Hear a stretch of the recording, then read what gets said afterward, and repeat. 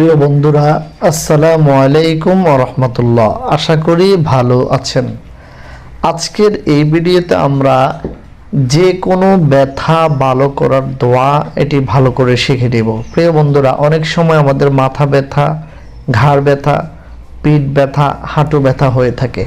আমাদের শরীরের যে অঙ্গই ব্যথা হয়ে থাকুক না কেন, আমরা যদি নিচের এই দোয়াটি 3 বার পড়ে ওই ব্যথা স্থানে ফু দেই এবং হাতে আমরা দোয়াটি 3 বার পরে ফু দিয়ে সেই স্থানে মুছে দিলে ইনশাআল্লাহ এই দোয়ার বিনিময়ে আমাদের সব ব্যথা দূর হয়ে যাবে।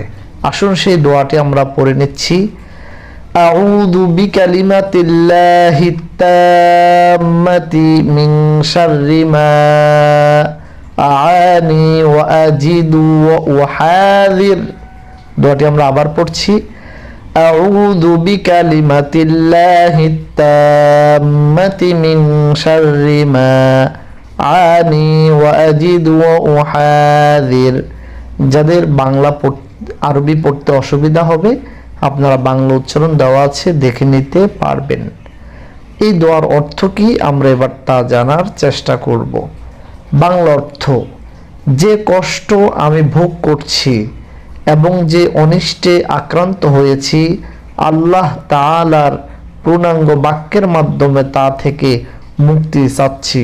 সুবহানাল্লাহি ওয়া বিহামদিহি।